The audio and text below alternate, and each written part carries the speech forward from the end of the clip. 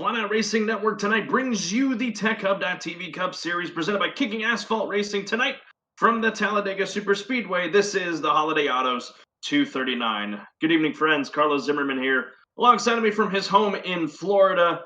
Michael Norman with me tonight, as my normal broadcast partner Warren Keith is going to be on the track tonight. So we welcome Michael here in the booth. Michael, how are you doing this fine Sunday evening? Well, I didn't think I'd have to be doing double duty tonight, but it's always fun to come out here to Talladega. That's right. I'm here kind of keeping the seat warm for Warren as he's out there on the racetrack. He's going to be our in-race reporter for this race as we got 90 laps of action here at Talladega. That's right, 90 laps of action, getting ready to get set. This is going to be a very interesting race up and down through just throughout this field. There's a lot of things to document. We'll get to those in a little bit. We're looking at one stage tonight. Lap 50 is when our only stage, our first stage will conclude there, and then we'll run it all the way to the finish. Drivers 1 through 10, they are going to get playoff points. And these guys, they have a good amount of tire sets tonight, but Michael, it's looking like they're not really going to need them because this track is not as abrasive as it used to be. No, not at all. It's one of the smoothest tracks out there compared to Daytona.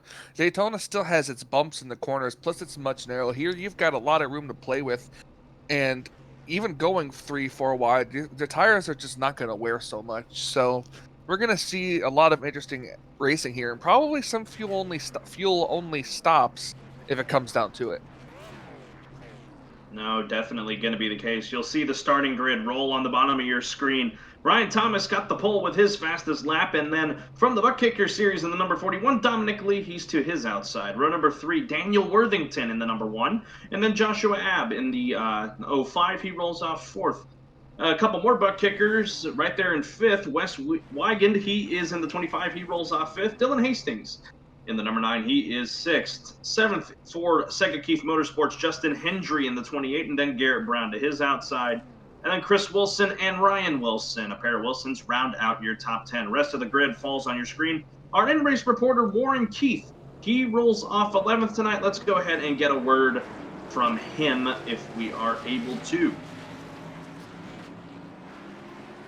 Warren Keith, this is Carlos Zimmerman in the FRN booth. You got a copy? 10-4.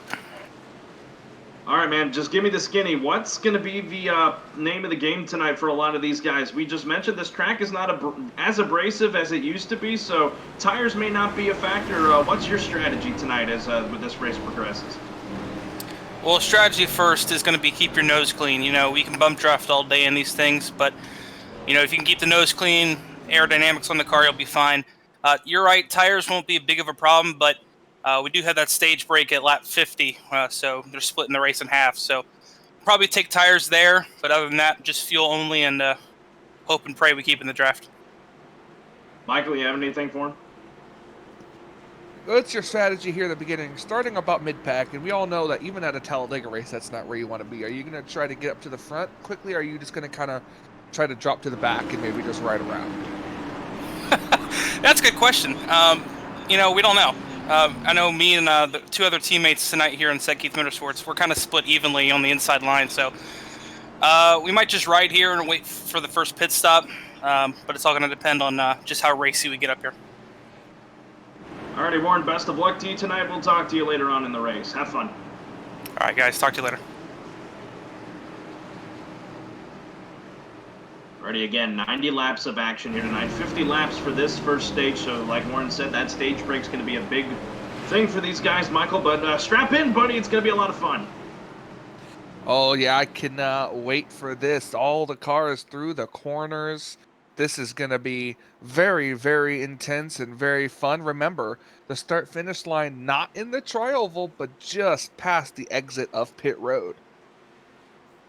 Ryan Thomas will get things going here in that number 20. He's shown a lot of speed so far this season. Dominic Lee from the Buck Kicker Xfinity Series, he's to his outside. Glad you're with us on the Flatout Racing Network here for the TechHub.tv Cup Series. Race number 3, the Holiday Autos 239. And Ryan Thomas is going to lead these guys down.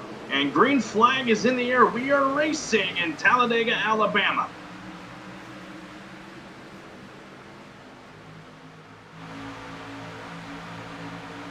Good start for both of these guys, Michael. It's remember, folks, it's going to take a full lap for these guys to get to full speed whenever things get settling in here. Not necessarily. This with the tapered spacers instead of restrictor plates, these cars get up to speed just a little bit more quickly. Actually, they're already pretty much up to speed at this point. So, with no restrictor plate and just a tapered spacer, these cars are going to go a lot faster. Look for the inside lane to be dominant at the beginning, but the outside lane, if they can get enough cars, could be a force to be reckoned with. 3 of Trevor Massetti had to slide back early on, so it's looking like he's going to have to do some work to get through this field. About 2 lines of racing here as they get to the stripe at the line. It's going to be the 20 of Ryan Thomas to lead lap 1. Actually, they're going to give it to Dominic Lee there on the outside as the 41's trying to get a run. Keep an eye on the draft. Like you said, the turns or where the outside lane loses the momentum, but on the straightaways, if they can bump and push, then they're going to see some decent action. Look for these cars to try to maybe even tandem up a little bit, but these cars have got to watch their temperatures.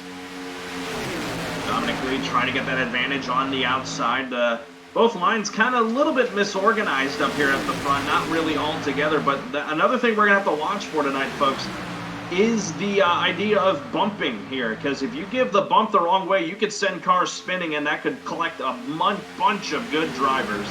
So they're going to have to watch the quarter panels tonight on when and where they make those pushes. Yeah, you can't do it in the corners. It's only the straightaways that are going to feel real safe. Another thing, too, is aside from the Fords, the Chevy and Toyota's bumpers are a little bit more, or their front bumpers are a little bit more pointy, so they don't always line up perfectly. So that's going to be another thing to watch out for tonight. Further back in the field, this group here, led by actually the car that I saw slipping back, was the 91 of James Kunkel there in that Rheem Toyota. A little bit of a second group here, about 7/10 between them and the lead group. And the difference with this is they have got themselves into a single file train here. So this is definitely a good move for them because not as much battling, and they're able to carry more speed as up towards the front. They are not as organized as I expected them to be, as Lee continues to try to take the lead away from the 20 of Ryan Thomas. Yeah, if you notice, the inside lane actually is a little bit more broken up. Like there's not a lot of pushing. They're not so close together. Excuse me, as the outside lane is. And the fact is, there's a lot more cars on that inside line, so the push is definitely not there for some drivers. As they exit turn 4, they'll come all the way down this long front straightaway to complete lap 4 and put lap 5 on the board. Ryan Thomas has done a very good job keeping that car up front and in that clean air, despite Dominic Lee trying to make the charges, but he continues to lead. He's getting a good push from his little bit of drafting partner there. I believe that is the 33 of Daniel Worthington. That's riding right there behind him in that unsponsored number 33 Chevy Camaro. Absolutely. I'm riding on board with Garrett Brown, third car in the outside lane, just kind of listening in.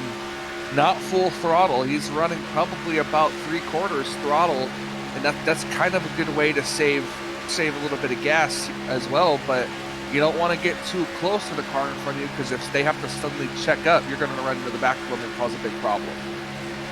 Got a really good run, though, there on the exit of the corner of heading down that little short chute into the front straightaway. Surprised Dominic Lee has not decided to get down to the inside there to block the 20. And that would move Garrett Brown up to the lead spot on the outside. But now the 41 and the 9 have cleared, and there they go to the inside. New leader Dominic Lee in the number 41 Haas Automation machine. You don't always want to leave the line that helped you get to the front, but sometimes it just has to happen. Now look at the 20, going to move to the outside there and try to do the same thing that the 2 cars in front of them just did. It's a good move there by Ryan Thomas, because that's team cars right there, the Curtis Wilson racing machines that are now up there 1-2 on the outside, the 20 of Thomas and the 19 of Brown. So I guess he just wanted to find his teammate, and his teammate let him up, and now they're going to start trying to make a push here to get in front of everyone again. But Lee will lead the lap here as lap 7 goes on the board. Things really starting to spread out now throughout this field. James Kunkel and company, they're laying back right now, and it's a smart move by them because they don't want to be up anywhere near the trouble. But I say trouble lightly because the front group here, they're not really doing too much either to even warrant any trouble as one car steps out of line. Yep, just as preached as from over the driver radio right as the race started. Patience. It's all about patience. Dylan Hastings thinking about going to the outside here of Dominic Lee. Lee takes a line lower. Remember, folks, that solid yellow line all the way around the racetrack is out of bounds as Ryan Thomas gets a really good run and side drafts off the 9 of Dylan Hastings to try and get back to Dominic Lee to take the lead back. Absolutely, and that's what it's going to have to take. Side draft does come into play at this racetrack, so they're just going to have to keep it up and try to get the better momentum. Again, to finish my point, that inside line is out of bounds. If you make any sort of pass going below that yellow line, and if it's a judgment rule by race control, you will be penalized, either a 1-lap penalty or just an extended stay in pit lane. So something we're going to have to document throughout the night, as I've noticed a lot of drivers getting really close to that inside line, Michael. Yep, you're going to have to hog the yellow line. So it's a way to keep cars from trying to pass underneath you, but it's this track is wide enough that any line is possible to be in. The lines are starting to regenerate a little bit here. Looking through this group, some guys that are looking for some good runs, especially some guys from the Butt Kicker Xfinity Series. Wes Weigand right there, 4th on that inside line. Or 5th on that inside line, I should say, in that number 25. He's running well right now, right to his outside. Or just in front of it, or no, on that outside line, would be the 5 of Matthew Moniak. Riding that machine there. Trying to keep it up there. A lot of those Butt Kicker guys right here inside the top 10. Dominic Lee, the leader. Daniel Worthington, 4th and 5th trading spots. Joshua Abb, Matthew Moniak, as mentioned, and Wes Weigand. And a lot of these guys just trying to have good runs tonight, make a good first impression, and show that they can run up here in the Cup.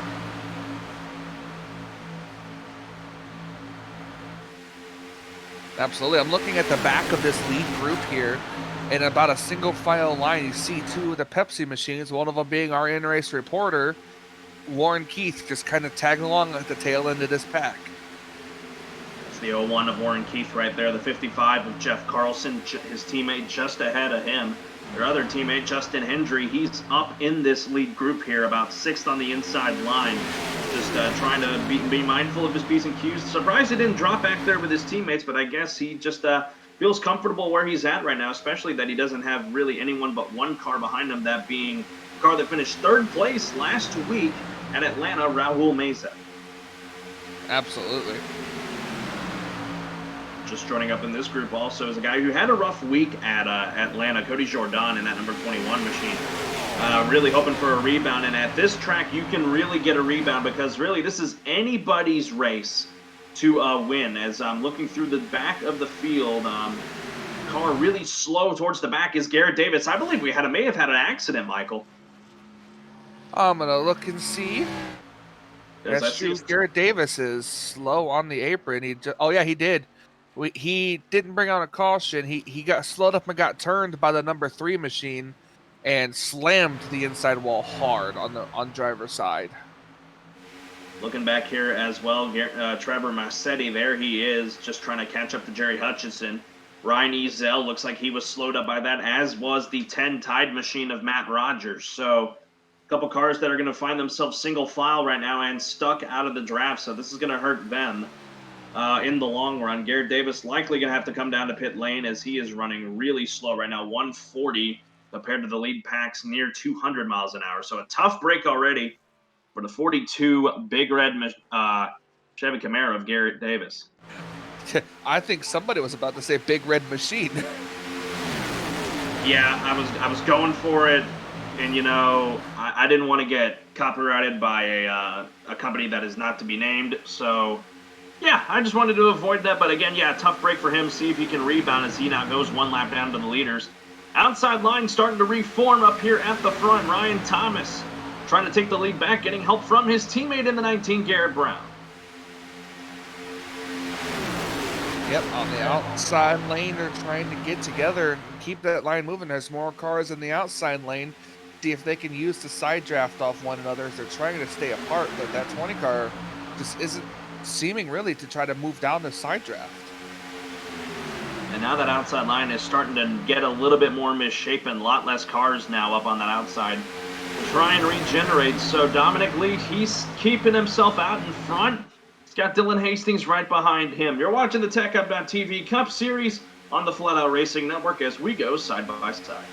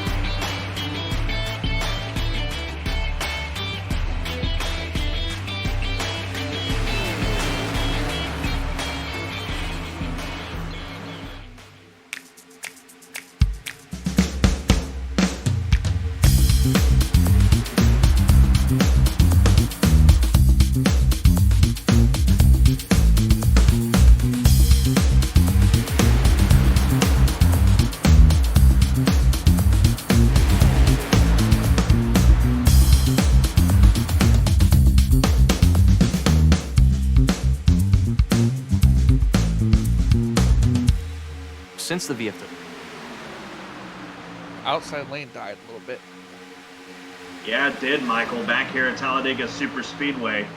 Outside lane starting to die off just a little bit. Things starting to break up amongst them. While we got a little bit of a green flag action going, we're going to go back and take a look what happened with the 42 of Garrett Davis, as he was definitely, like you mentioned to me during the break, Michael, not happy at all. No, not at all.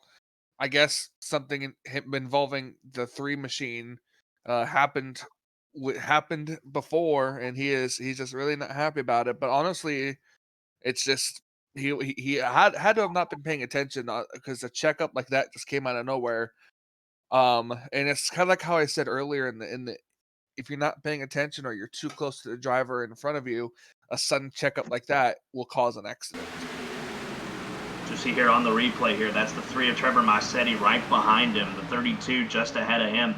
Yeah, a bit of a checkup there. I don't know. I don't feel like I can cast a lot of blame. Big hit, though, for the 42 of Garrett Davis. I don't know if I can really cast the blame on the 3 of Trevor Massetti, because everyone just checked up on that line there, and he just could not. I don't know. It's really borderline, to say the least, Michael, but I get why Garrett's upset, but I don't know if you can really cast the blame on the 3 because of that checkup that happened there with the 32 of Austin Shoemaker. Yeah, absolutely. Back at live action right now, up here at the front. Inside line starting to reform there. The 20 has jumped back to the inside line. He has left his teammate and Garrett Brown to lead the charge on the outside line, as it looks like it's about 10, 11 cars on the inside and really only 6, on the outside. So it's definitely going to be the advantage to the inside line, despite both lines not really being organized. Yeah, and as you can see, the outside lane has pretty much died off at this point. Yeah, it's pretty much died off at this point. Everyone's kind of moved down towards the inside of the racetrack, which is pretty much expected. We're getting close to lap 20 here. I'm not entirely sure how long these drivers can go on fuel, so we could be starting to see cars kind of settling down now a little bit, trying to get to the pit stop and get through it. And we're going to have to look and watch that as this race progresses. Just going through the field here, Dominic Lee, he is in the lead. Dylan Hastings clear in the second. Battle on for third between the 33 of Daniel Worthington and the 19 of Ryan Thomas. Now that's a battle between teammates, as Brown's fourth and Ryan Thomas fifth. Wilson trying to push Garrett Brown on that outside line. Not much help behind him. The nearest one to him is the 37 of Raul Mesa, who's got Matthew Moniak pushing him. A good amount of cars in this lead group here. I'm looking through the telemetry. Roughly about 16 cars in this lead pack, and then you go a little further back to the 18 of Chris Wilson, Dakota Curtis back here, as well as a couple other stragglers. That's the other pairing in that Curtis Wilson racing team. Thomas and Brown, they're at the front. At the tail end of this lead pack are the other 2 members of that team for CWR, the Wilson machine in the 18 and the 11 of Dakota Curtis. Yeah, 41's been able to hold the lead pretty steady. We preach patience at a track like this. As you can see, aside from this lead pack here, everybody else that's kind of just running in the back right now is just all single file. Matt Rogers, as you said, in that number 10 Tide machine, he's lost the draft. He's on the front straightaway in the tri-oval right now, as the rest of the leaders are just coming off of turn 4. I'm looking back here. Ryan Ezel's working with the 3 of Trevor Massetti. They're going to need that caution at the break at lap 50 to get back in this thing. The thing is, for them, they're 19 seconds off the lead. I don't know if they can hang on to the lead lap for another 29 laps until we get that caution break, so we'll have to see. I know Matt Rogers isn't going to hang on to it because the leaders are just entering the back straightaway, and he's into 3, so they're going to catch him eventually, as well as we got a new car up there on the outside line now. It's the 50 of Ryan Wilson getting a good push from Raul Mesa, and he's going to try and go for the lead here on the outside. Yep, as move straight up to the outside in the middle of a corner. You're going to lose a lot of your momentum, but hopefully you can get it back. This is where the side draft, you've got the side draft to get the run. And I know these cars don't want to be running side by side and changing lanes as a real, a lot, because that can mess up the car behind you, and one bad bump can send you flying into the wall or other cars. But you've got to get that side draft going. It's the only way you'll be able to get the momentum on the outside. Hastings has just been doing a great job tonight. I'm sure him and Lee are talking back and forth on how are things going to work out. Dominic Lee, of course, driving tonight for Wildcard Racing. Teammates there, Dominic Lee and Dylan Hastings. A 6-car crew there. That's their other teammate on the outside. That's Ryan Wilson. Things getting a little crazy up there on that outside. Wilson looks like he got out of shape. Pit stops. Here we go. There they are, Michael. You called it.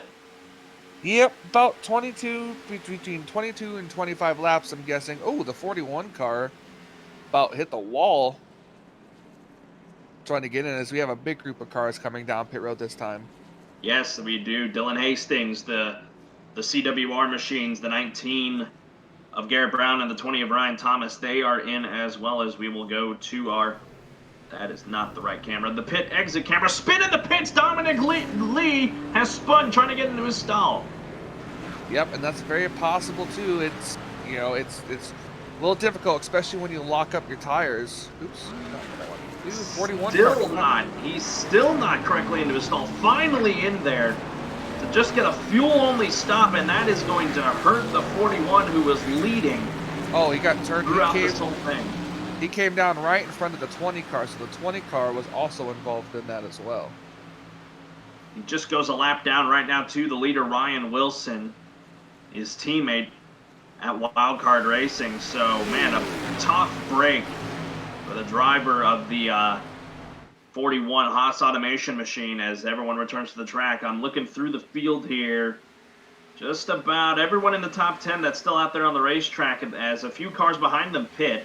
Jerry Culver, Craig Burns, Caleb Levener, and Steve Kerpel, they are all in right now as we're waiting for the top 10 really to come in. Ryan Wilson had to really back down because he's trying to get to the inside line of pits. Car off the racing surface. That's the 55 with Jeff Carlson for Sega Keith. That was almost a big moment. Oh, yeah. It's all the Sega Keith guys. Getting on the pit road is not as easy as it looks in a pack of cars, depending on what type of setup you have. This is everyone now that has come down and is making pit stops now.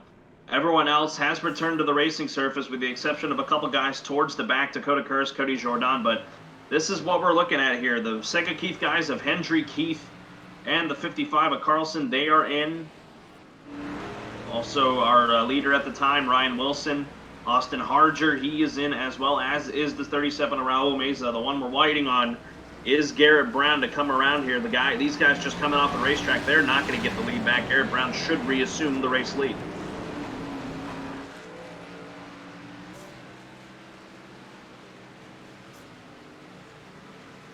So they're heading through past the start-finish line right now at full speed. Brown kind of by himself at the moment. With the exception, yeah, he's really kind of by himself at the moment, so I don't know if he's going to carry a whole lot of speed. Matthew Moniak might be able to come out as the race leader here. Here comes the Brown machine. Let's see. Now the speeds are up for Brown, so he's going to reassume the race lead here momentarily. Here at lap 25, this has concluded the green flag pit stops, and Garrett Brown has cycled around as the race leader.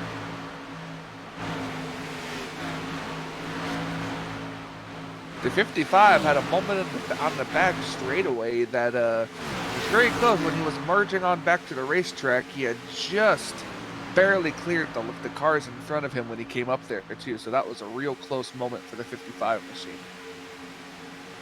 Cars out of the race at the moment. The 42 of Garrett Davis, and I believe Trevor Massetti has parked himself for the night, and that is the end of his night. They're going to finish 34th and 33rd respectively. Folks, if you see at the end of your ticker a bunch of control and 2, that is the race control people tonight, so ignore that.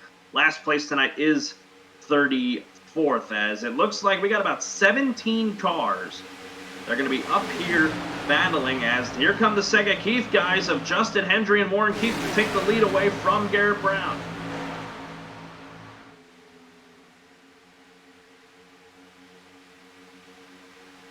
Again, about a 17-car pack here right at the lead, and Justin Hendry in the 28 will lead the lap here, and getting a good push from his teammate and our colleague Warren Keith. They are 1-2 as they head towards turn number 1 here on lap 27. Yeah, keeping an eye on this pack here. They've got about a second gap here, but they're still very, very close. Warren Keith, though, after those round of pit stops, sitting calmly in his second position. Yeah, again, a lot of those stops there were fuel only to pack the cars full of fuel and get it going to the next stop, which will more than likely be at the caution break. That'll be the second pit stop, and then if we stay green through then, we'll see one more around the lap 75 mark, and then that'll get everyone to the finish of this race. Although we haven't seen a caution yet, it is bound to happen, as we nearly had one there. The 33 of Worthington got a little out of shape as they head towards turn number 1, but he corrects it, and they keep on trucking.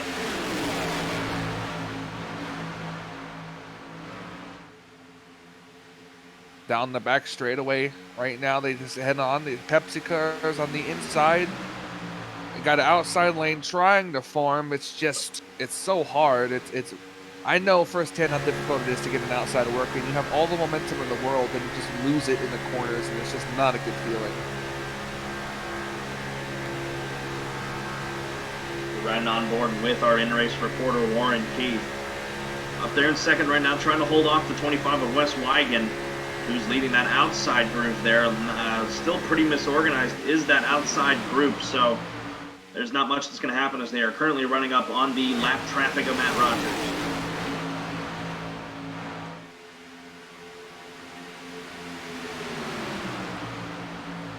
He's going to stay high against the wall, let these cars go by, and hopefully try to settle in at the tail end of this pack. He would be the lucky dog at the caution break, as these guys still have a little bit of time before they get to guys like Ryan Ezel, Dakota Curtis, and Cody Jordan, guys who did not have really good pit stops. So we'll have to wait and see. We're halfway through this stage now. We're just going to have to a little game of cat and mouse. Speaking of which, here comes Wes Wigan from the Buck Kicker Xfinity Series on the outside. He will come down and he will lead the lap here, as he is about half a car length ahead of the 28 of Justin Hendry, who's on the inside. Outside lane got a little bit more organized down the back straightaway and into the corners, and that was able to propel him to lead that lap. And about 17 cars in this pack from all the way at the lead pack group here between Hendry and Wigan, and then back to Chris Wilson back in 17th place. You got a second pack further behind these guys, led by Austin Shoemaker, and the other company like Cole Maxwell, Jerry Hutcherson, and Austin's brother Chris Shoemaker. So these guys just trying to stay together and keep themselves on the lead lap, so that they are going to still be here at the end of this thing, because that caution break at lap 50 will bunch everyone back up. And whoever's on the lead lap, they are still going to be in the running for the win here tonight, as we are now a third of the way through here at Talladega.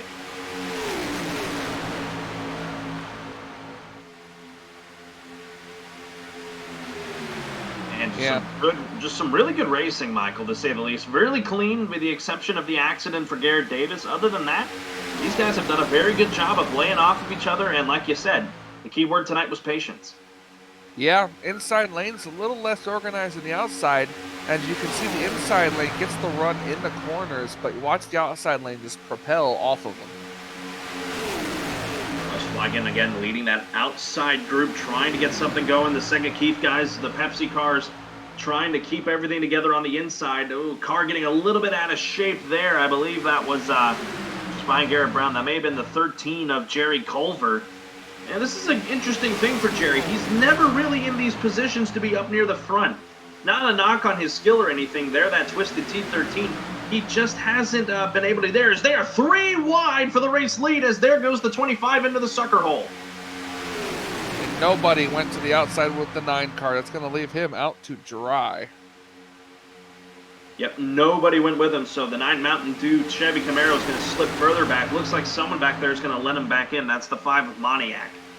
So that'll just cost Hastings a few spots. He'll slip back to the 8th spot for the time being as they head to the front stretch. Lap 32 going on the board, 59 laps to go. We will go side by side once again. You're watching the Tech Up That TV Cup Series on the Flatout Racing Network tonight. The Holiday Autos 239. We'll be right back.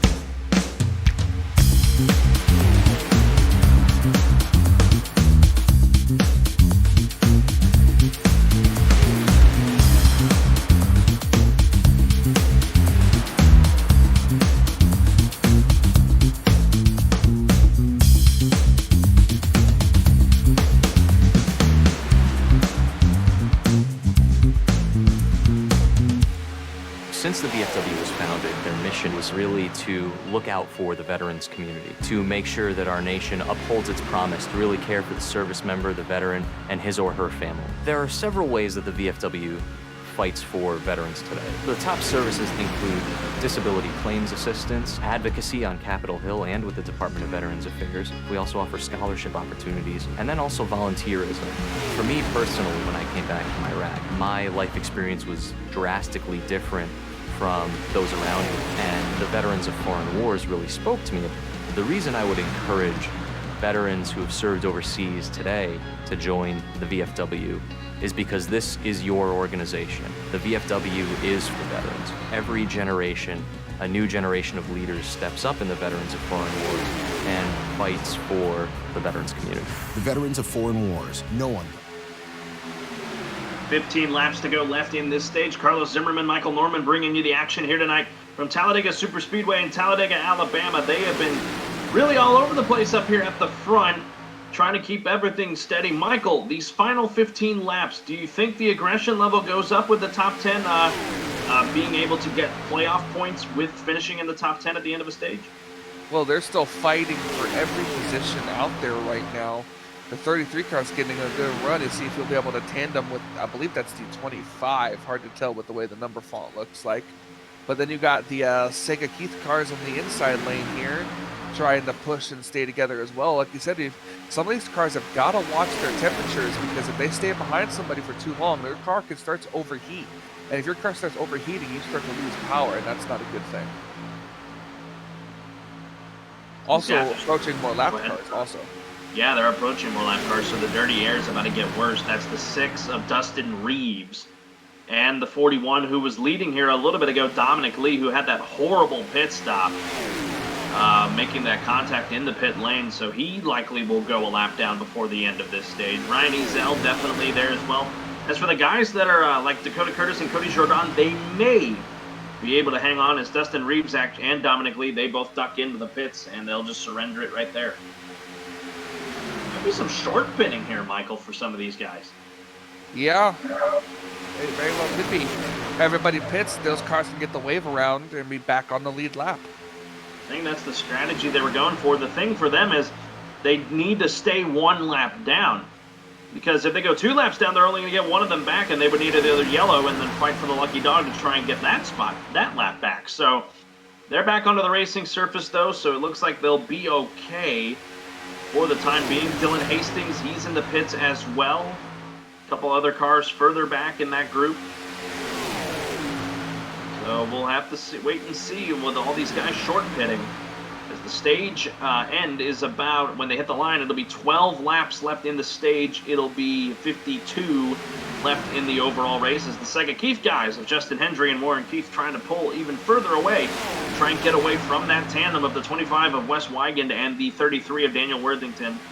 They passed the lap machine of Dustin Reeves there to put him 2 laps down, and the 41 of Dominic Lee, so that did not work out for them as they had hoped.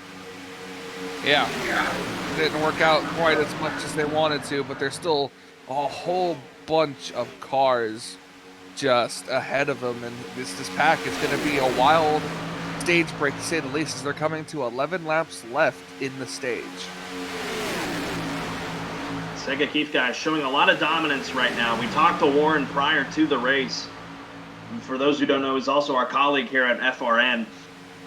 He was hoping that he was telling me last week when we had wrapped things up in Atlanta that him and his crew wanted to hang towards the back at the beginning. Well, now we're near the halfway point, and he's got himself up front and working really well. Their teammate Jeff Carlson's back in 11th right now, just riding around, not looking to make any sort of move to try and get up there with his teammates, as he's running a little bit by himself on an inside line. So we'll see if he decides to join him here. Michael, I'm noticing here the clouds are starting to cover and blanket a little bit of this racetrack. They're lit. The track is lit in 1 and 2, but it is shadowed off halfway down the backstretch and through 3 and 4. Yep, that's gonna cool the track temperature down, and it should make things a little less slick out there. Yeah, the temps are up here today in Talladega, as it always is in the summertime. So these guys are going to have to watch out for it. And even then, turns 1 and 2 are not really well lit, so this track is going to start cooling down just a little bit. these guys will be able to get some more grip as they can now continue to run up on the lap cars of Dylan Hastings and Ryan Ezel. Yeah. They got a small group of cars in front of them, which is actually a bad thing if you think about it. When you got a group of cars here, there's honestly just no real place to go. I believe that's Matt Rogers and could easily up with those guys as well. Maybe mistaken. We'll have to take a look here. Those guys, they're one lap down as well, hoping to get their lap back under the stage break caution, as it looks like here. Whoa, what happened to the outside lane? I think they heard you, Michael. They are trying to get to the inside so that they can get around this pack of cars that they're running up on, because they know that they don't want to be stuck there on the outside with all that happening. So they are trying to settle it out here and not have to get slowed up by that lap traffic. So Justin Hendry and Warren Keith don't have a lot to worry about. This is going to be trouble. The 9 machine is a part of this group, and he was one of the ones that were up here towards the pack, actually. Before, he was leading this pack, as it looks like the leaders just kind of slow down to get in line. It's Kip Easley, the 27 there, folks. I know there's 2 9 cars there, so tell them apart. That's the 27 there, and that red number 9, and then the 9 of Dylan Hastings there on that outside. These guys trying to stay on the lead lap, and with all this happening, that's allowed Jerry Culver around the outside, trying to get up ahead of these guys. He's going to lead the lap here, and he's got, the problem is he doesn't have any help. But it's not going to matter for him, because he is starting to work his way around these guys. So move the 13 Twisted T machine to the front, as he now has help from the 5 of Matthew Moniak. Yep, and all the inside checking up is caused that to happen. The outside lane would be the way to go. I'm honestly surprised that they didn't try to put some type of move, even to go up through the middle or something, to try to get past this little pack of cars instead of just falling in line. The thing is, too, these guys are trying to stay on the lead lap. The 9 of Dylan Hastings. Matt Rogers is trying to avoid going 2 laps down. So this is really going to be a tough situation for them. Raul Meza's moved up to 3rd. Caleb Levener's up in 5th somehow now, as they have broken up the train of the 28 and the 01 a little bit, as the 13 continues to try and get it away. Wouldn't it be something for the 13 of Jerry Culver to try and win this stage, as actually now he's going to be left out to dry, as Moniak's going to work with the lap traffic, as they're also going to continue to run up on more lap traffic, as that's Garrett Davis in front of them. Yep, that's just a product of having damaged race cars out there. You know, I think the 13's going to fall in line. Yes, he will. Here comes the 42 to bring it into the pits. Nearly messed up a lot of people. Actually, he really did mess up a lot of people there, as Culver's going to fall further back. Here comes the train of Caleb Levener, and Garrett Brown out of nowhere has worked his way back up towards the top 5. He is trying to battle the 7 here for the spot. He's going to get it. For the meantime, move the 5 of Matthew Moniak and the 37 up to the front as they pass the lap machine of Daniel Worthington. I think a couple guys in that lead group, Michael, came down and pit. We're near the end of the stage. We're at the line. It's 5 to go in the stage. And a lot of them short pitted there. I see a couple of people saying that. A couple of people are saying that they are pitting this time, and here we go. There goes Garrett Brown. He's in the pits. And it looks like the thing actually it's a good amount of them. Garrett Brown, Caleb Levener, the Sega Keith machines, they are also in the pits as well. So tells you that the fuel's starting to run out for some of these guys. So how long are these lead cars just going to try and run it out there before the end of the stage? Not entirely sure. It just really depends on how much gas they have left. 5. It looks like 5 cars in the lead. 6 cars in the lead pack have yet to have pit. That is the top 6 as you see them. Trying to watch here, see who's coming. Here come the 5 and the 37. Looks like they're going to pit this time. 4 laps to go left in the stage. No, they're going to keep it out there, are the 5 and the 37. They're going to try and stretch this. Another fuel-only stop for the Sega Keith boys. You see them on your screen right now. They're coming back onto the racing surface. The 28 in the lead of them, the 01 right there, and then the 55 straggling a little further back behind them. So they're going to try and link up here as we got 4 laps to go on the stage. Matthew Moniak Raul Mesa, who again finished third last week at Atlanta. And then a couple cars further back, Dakota Curtis and Cody Jordan, they have yet to have pitted.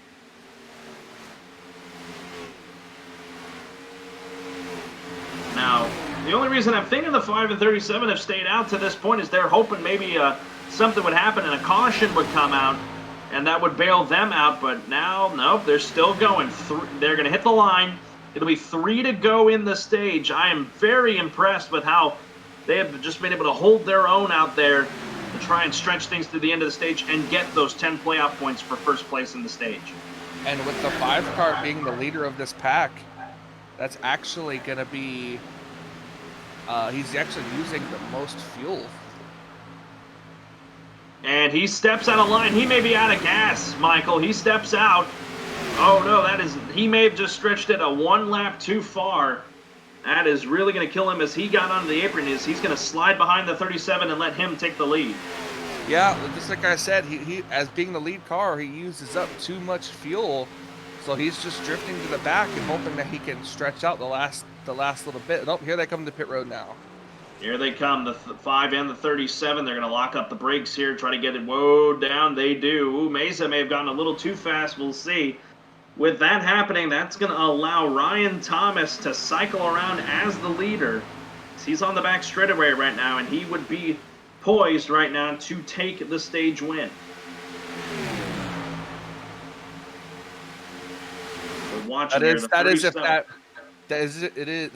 is if these Pekka cars behind them don't catch him, because they're coming in a big. They are coming. It's only these guys right up here. They're really disorganized, so I don't know how much longer they're going to be able to hold out. The 37 and the 5 have returned to the racing surface, but they're not going to hold the lead for long, because they're off the racing surface right now. As here come the 20 and the 19.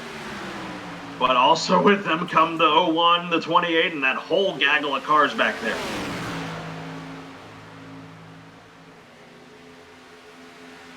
They're going to pass the 37 of Raul Mesa right there. Matthew Moniak should come into screen momentarily, as he is not quite up to full speed yet. Oh, I don't know, Michael. With the white flag about a wave in the stage, he's at 180. He's at 196. He's got a 2-second gap on these guys. If he plays some good mirror driving, he might have made it pay off. Now, there's no way. There's no way. That's a big gap, and you cannot have that big of a gap on your own. They're going to swallow him up whole. We'll have to see. White flag up in the stage. Lap 50 now on the board. Matthew Moniak trying to hold off these guys. They're side by side behind him, and they're hoping that they're going to wash up to him here, though, as they head down the back. Moniak tried the best. He's going to get some playoff points regardless, but will he get the full 10? Here come the 20 and the 19. 20 dives up to the outside, makes the pass on the 5, and he will take the race lead back. But for how long, though? Because Moniak gets the help from the 19. It's going to be a battle right down here to the start-finish line. Side by side in the back, it's going to come down to side drafting big time. Let's see, Moniak goes to the outside, tries to make the pass. No one to help him. Matthew Moniak here trying to run like it's the last lap, but Garrett Brown gets to his teammate. It's going to be a drag race for the stage win, and it's Moniak by half a car length. Yep, that's just what happens. I told you, side draft is key. That's an excellent run for that 5 car. Matthew Moniak plays the pit strategy and had that big gap, but it pays off for him in the end to pick up the stage victory and a cool 10 playoff points to go with it. What a run for that number 5 there, as he made the move there on Ryan Thomas to get him by just half a car length, and that ended up being the difference to win the stage. The rest of the top 10, Ryan Thomas, Garrett Brown, Raul Mesa, and Dylan Hastings. That was your top 5, and then you get to the second Keith machines. The 01 of Warren Keith, the 28 of Justin Hendry, Jeff Carlson, Joshua Abbey was 9th, and then Steve Trappell rounds out your top 10 as they're going to pick up the pace car here in just a moment, and they will get things rolling once again here in just a few laps to run things to the finish. Absolutely. Again, just an incredible move there out of the 5. Again, your stage winner, what a move he made. And you know, we were thinking that he was going to get swallowed whole, which he did. But in retrospect, it allowed him to slide behind at the 20 and ahead of the 19. And despite the 19 giving the drafting help to the 20, didn't matter. Moniak had just enough side draft to get around him and win the stage by just half a car length. So again, a great drive for him. Wow, gotta catch your breath there. This is the first caution of the night, folks. Believe it or not. So this is that was some really, really good racing we saw, Michael. What did you take away from that first half? I mean, it was just fun pit strategy. These guys are being real calm and real patient, which is always a good thing. So they're just trying to keep this race green and getting it done. I mean, when we get back to racing, there's probably going to be like 30, somewhere around between 30 to 35 laps to go, and that's when the real excitement stuff is going to happen. As everyone's going to bring it down pit lane, and they're going to top the cars off on fuel, make sure they get them packed full. Depending on when we get things going again, it'll be about, let's say it'll be around that mark I said, the lap 75 mark, as to when we'll see people come down to get the final green flag pit stop. We're going to give or take because they did pit early. Yes, they did. So it'll probably be around 70-ish, I would have to assume, like lap 70. And even then, that'll be pushing it towards the end, too. So the race off of pit lane, race winner Matthew Moniak gets off first, Garrett Brown second, Ryan Thomas third, Raul Mesa fourth, Dylan Hastings fifth, and then Warren Keefe, Justin Hendry, Joshua Abbey, Jeff Carlson, and Wes Wigan for your top 10 on the race off of pit road. Let's talk to our stage winner, Matthew Moniak.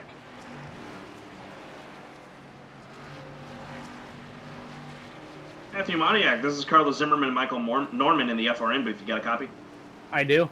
Man, you really played that pit strategy to a T. And, you know, we were talking about you were going to get swallowed whole there, really, by the 20 and the 19. But you picked your moment. You got that side draft to work, and you get the stage win. Yeah, just give me your thoughts so far on how this race has gone. You know, I'm thrilled the way it's gone so far, and I'm thrilled to be able to bring it, you know, get the stage win with my 911 Memorial car.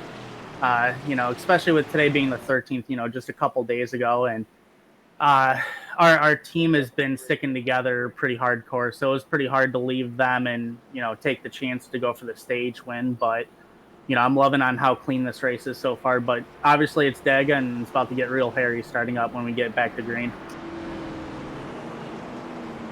Michael, you got anything for him? We saw, though, were you able to... How much extra fuel did you have saved just to make it that far? Because you pit with 2 laps to go. Was that the strategy for the whole time?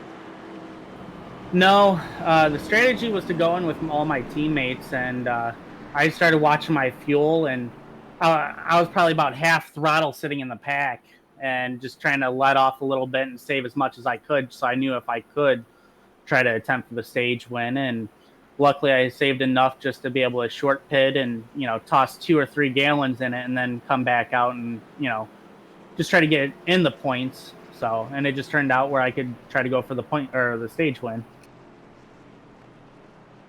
Arguably a really good run for you. Best of luck to you the rest of the way. We'll see if you're going to be in victory lane at the end of this thing, Matthew. Best of luck. Thank you, guys.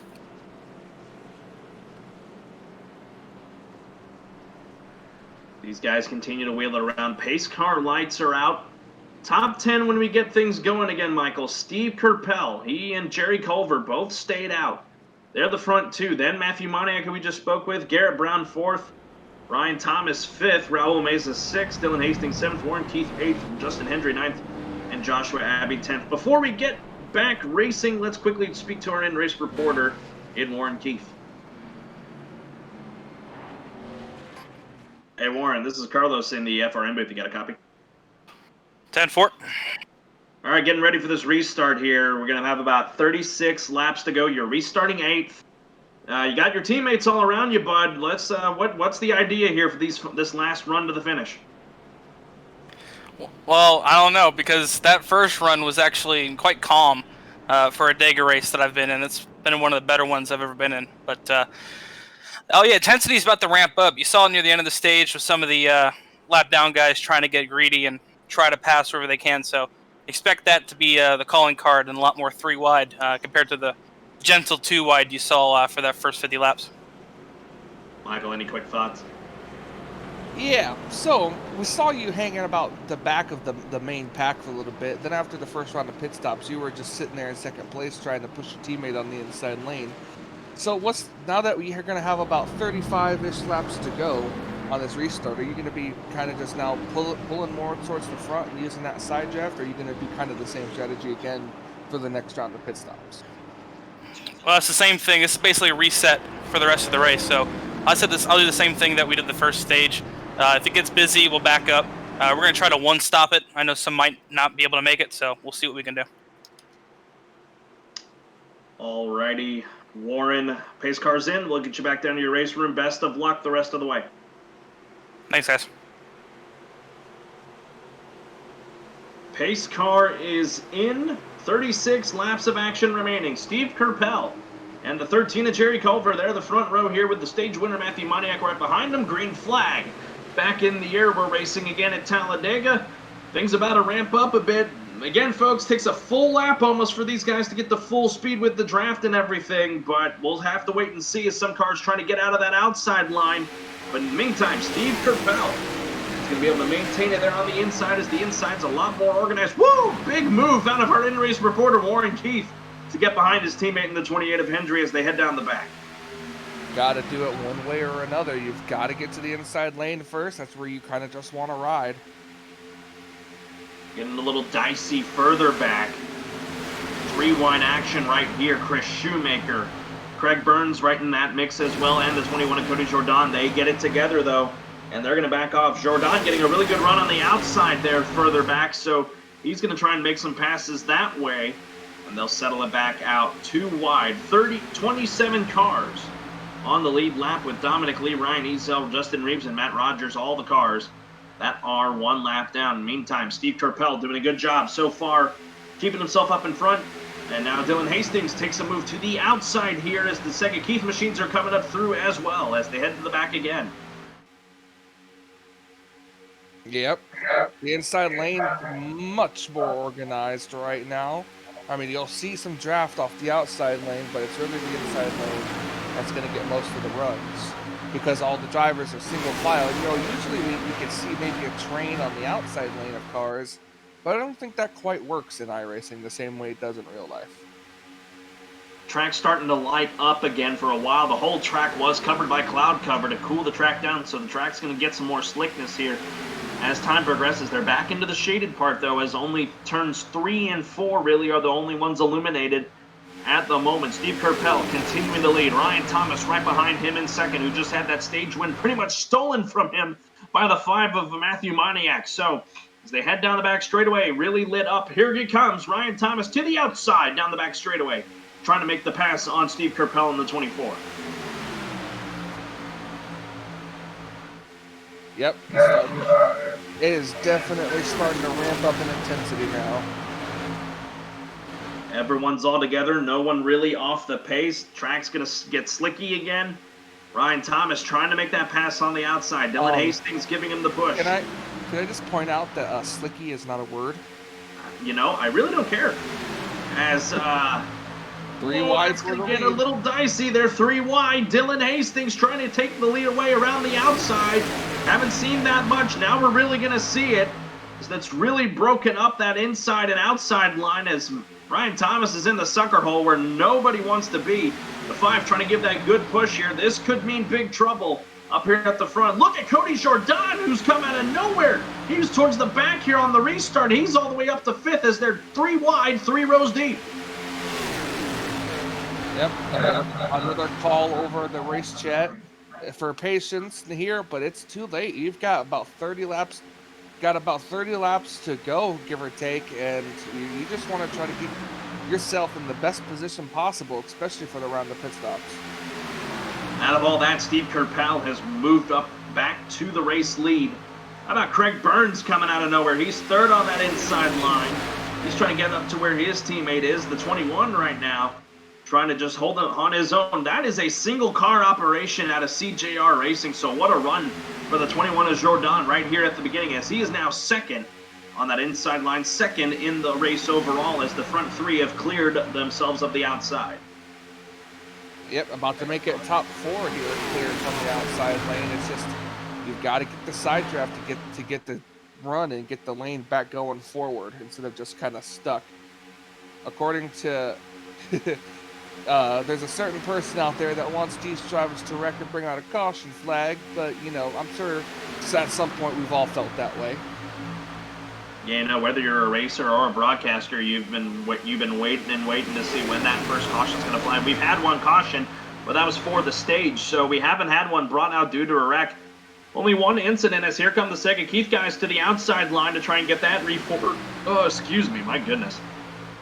The only wreck tonight, that was Garrett Davis, who got collected with Trevor Massetti, that did not bring out a yellow. So that ended up ruining his race. Nearly had a big moment back there in the back end of this group, I think. Oh, who was that? I'm trying to find him here. That may have been the, oh, I figured out who it was. Shoot, I lost his name. It's the 19 or the 20 of Ryan Thomas is actually ducked into the pit lane. We'll document what just happened a moment ago, but wow, big move out of the 20. Yeah, very unexpected. May have been an unscheduled stop because he is the only one in the pits right now here on lap 61 of 90, 30 to go in the race. Yep, 30 laps to go, and that's going to be exciting. One pit stop, and then it's just all going to be chaos after that. All bets are off at that point. I'm trying to figure that out. Who was that back there that had that huge moment, I believe?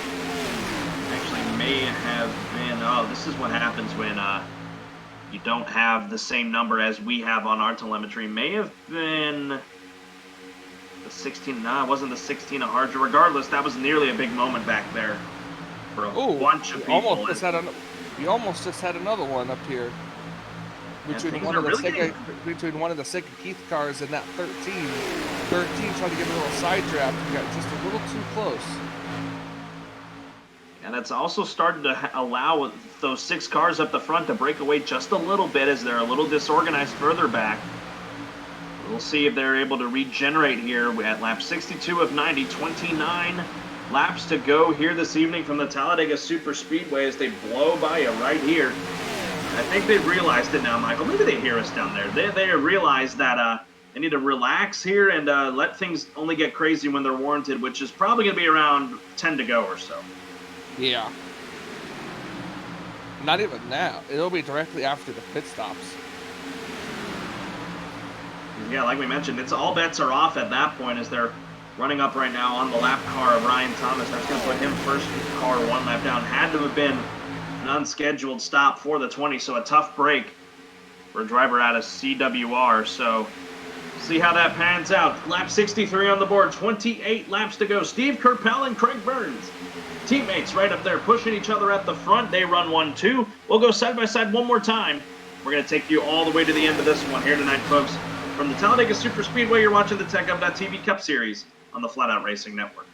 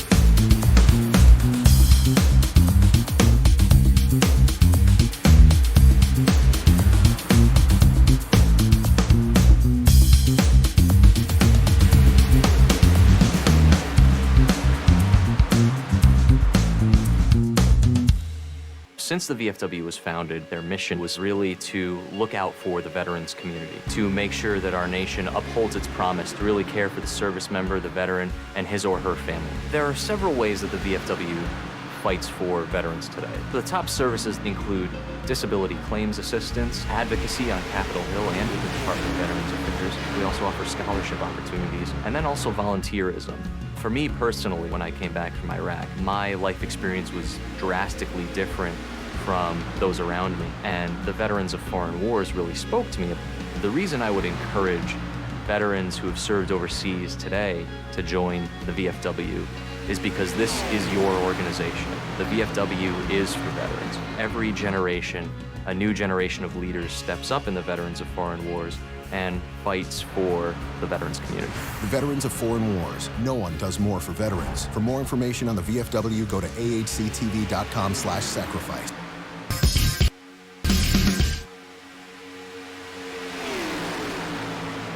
"24 laps to go here tonight at the Talladega Super Speedway. Stephen Kerpel, man, what a drive he has had leading this group here. And it's got a different, really a different looking top five. Steve Kerpel, Craig Burns, Joshua Abbey, Wes Wigan, and Raul Mesa, and then Cody Jordan right there in sixth. So you get to Justin Hendry, Warren Keith, DeGarrett Brown, and then Jeff Carlson. That's your top 10. And within this group here, I'm looking 22 cars right now are within striking distance of the race lead within 4 seconds. So it's really going to get crazy once, because we still have one more round of pit stops, Michael, before we get to the end of this thing. And we're definitely not done with cautions either. Yeah, we're not done with cautions. We've got one pit stop that's probably coming up within the next 5 laps or so. It's going to be incredible to watch. You see these cars are single file, which is good because you want to run as you see a car, the 6, I believe that's the 6 machine coming off pit road, just riding below the yellow line, because that's pretty much all where he can run at this point. That's not the 6, that's another car. That would be the 16 of Austin Hart. Running single file is the best way. It'll be a lot of checkup, yeah, but it's the easiest way to be able to come off the pit road when they need to. Because I believe from about this point on, give or take. No, not exactly quite yet. They might be able to make it to the end. You've got 90 laps. So if you're averaging about 20 to 25 laps, yeah, you'll be able to make it starting from the next lap on. Now there is two green white checkers if it comes down to it. So with that happening, and with the amount of caution laps, which benefits you in the long run. So we'll have to wait and see on what those guys decide to do, because they're going to pit around from lap 72 to 75. If we get into a position where we are having green-white checkers caution yellow on the speedway, we got a yellow. I think they were wrecking back there in turns 3 and 4. Yeah, they were. It's a wreck. I see Cole Maxwell down here off the racing surface, off Austin Shoemaker. Jerry Hutchinson, he's in the grass back here. Looked like it could have been a lot worse, though, Michael. Oh, yeah, it was definitely Jerry. Looking at it here, the 41 car, just a bad bump in the corner. A bad bump in the corner turned that number 2 car head on into the wall. See it here as they head down the back straightaway. The 41, Dominic Lee from the Buck Kicker Xfinity Series. Yeah, really bad bump, and that just sent the 2 around. Big time hit. Up into the turn 3 wall. And great job by everyone else, though, to avoid that wreck, which only effectively became just a 3-car incident involving the 2 of Jerry Hutchinson, 41 of Dominic Lee, and then I think Matt Rogers got a piece of it as well. So that's what's working. That's what got us under our second caution of the night here at Talladega with just about 20 to go. And this is where we're going to see pit stops happen. At least now they'll know that they don't have to do it under green flag.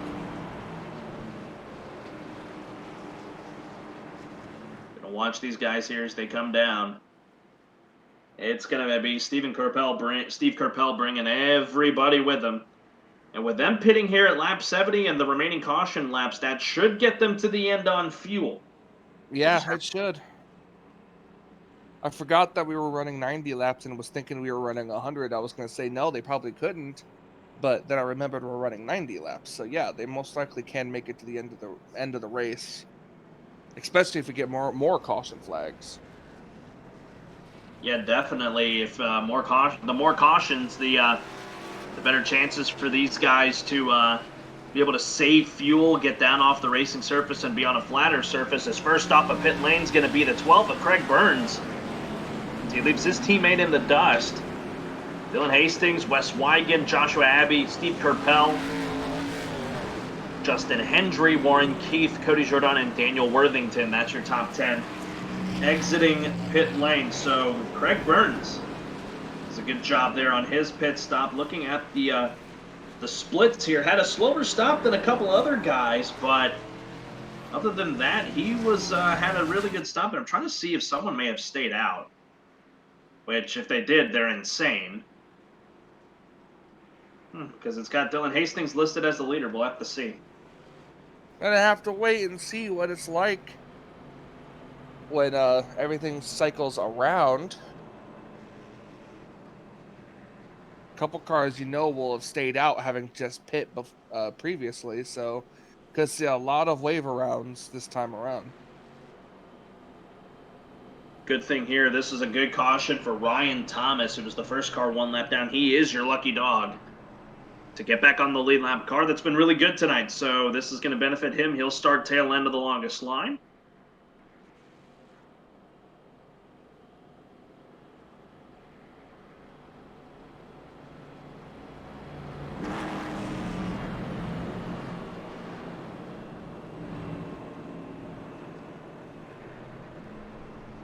Gonna have to wait and see. I guess now would be another time to get another commercial break. You have to bear with me for a minute, Michael, having some technical difficulties with our server here on my side for a minute. So, folks, if you just hear some dead silence, that's the reason.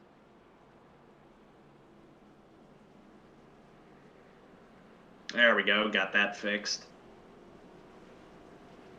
Actually, Michael, they're going to come down here. A new thing that's happened with iRacing is that we get some really, at Talladega especially, we get some quicker cautions. So this should go by quicker, as it looks like. Dylan Hastings and Ryan Wilson both, I think they both came down. So maybe, I don't know. Actually, they had just previously pitted. So they're going to restart as the leader. There you go. Pace car lights are on. We're going to go back green. With 18 laps to go. Dylan Hastings, Ryan Wilson, that's your front row. Craig Burns, Wes Wigan, that's 3-4. Joshua Abbey, and then Steve Kerpel, that's 5-6. Then 7th and 8th is Warren Keith and Justin Hendry. And then 9th and 10th is going to be Daniel Worthington and Cody Jordan. When we get back to green flag racing, we're going to have 25 cars on the lead lap, just 4 of them off the lead lap. Only 1 car out of the race, the 3 of Trevor Massetti, so 33 cars still out there on the racetrack, and that pretty much is unheard of for Talladega. Absolutely. At least 30. It's so far. Yeah. There's that many on track. We still have got a little less than 30 laps to go. So. Oh, even less than that. Just less under than 20 laps to go. Less than 20 to go. Corrected. We have 18 laps to go. 19 coming to 18. So now everything's gonna get real here. Folks, you're gonna have to bear with Michael tonight. Not having the best night allergy-wise, but we're glad to have him here in the booth. He's pulling double duty tonight, so couldn't say I blame him. I know the last times I've pulled double duty, I've just started to hit a wall at this portion of the race, so understandable. But again, we're glad to have him up here with us. Carlos Zimmerman, Michael Norman, bringing you the action from Talladega. It's like Michael just said, it's about to get really hairy. Oh yeah, trust me, it's gonna be crazy. You know, I as excited as I want to be, it's definitely gonna be hard to get to contain it once everything gets going.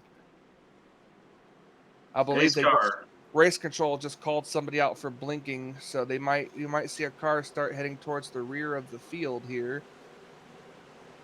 Might be the 7 of Caleb Levener. We'll have to wait and see. Pace car is in. They're going to head down this long front straightaway. That's definitely going to play a factor when things get down to it at the end of this thing. Dylan Hastings and Ryan Wilson, they're going to get things going once again. Green flag in the air. 18 laps to go here tonight at Talladega, and a good jump for both the 9 and the 50. Please tell me you didn't just pull a Rusty Wallace and say Talladega. I did. I did it.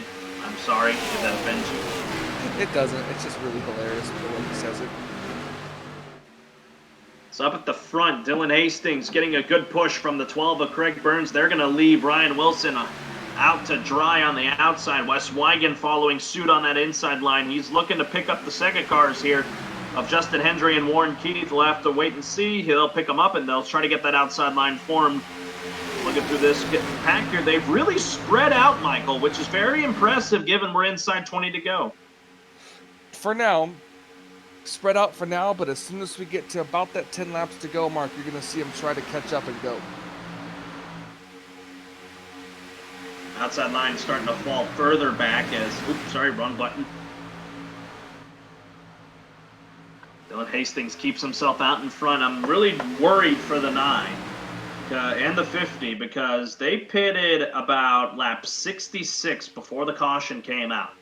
That's a 4-lap difference from everyone else, so you do the math, in about 14 laps, or 14 to 16 laps, he'd have to pit, and that would put him around 3 to go to the end of the thing. So that he's going to be, him and Ryan Wilson are going to be really, really tight, Michael, on fuel. Yeah, it's going to be real close. Like you said, you can roughly get about 20 to 25 laps, and you definitely don't want to be leading a pack, because when you're leading the pack, you waste more of that fuel, and there's nothing you can do about it because you're leading the pack. You can't lift because you have the car behind you right into you. So he's just got to hope and pray he either get more cautions or he's able to make it on fuel. Well, I know we're going to get more cautions as this race progresses to the end of this thing, so we'll wait and see. It's a roughly 21-car pack, and then a 3-car pack further back of the Shoemakers and Daniel Holdcroft. As they're going to get 3 wide here. The Sega cars on the extreme outside line here, trying to get around the 50 of Ryan Wilson, and then Wilson did a good job to hold in front of them, so that's going to cost somebody of that group to fall further back, as that's Jared Culver in the middle trying to make that middle line work.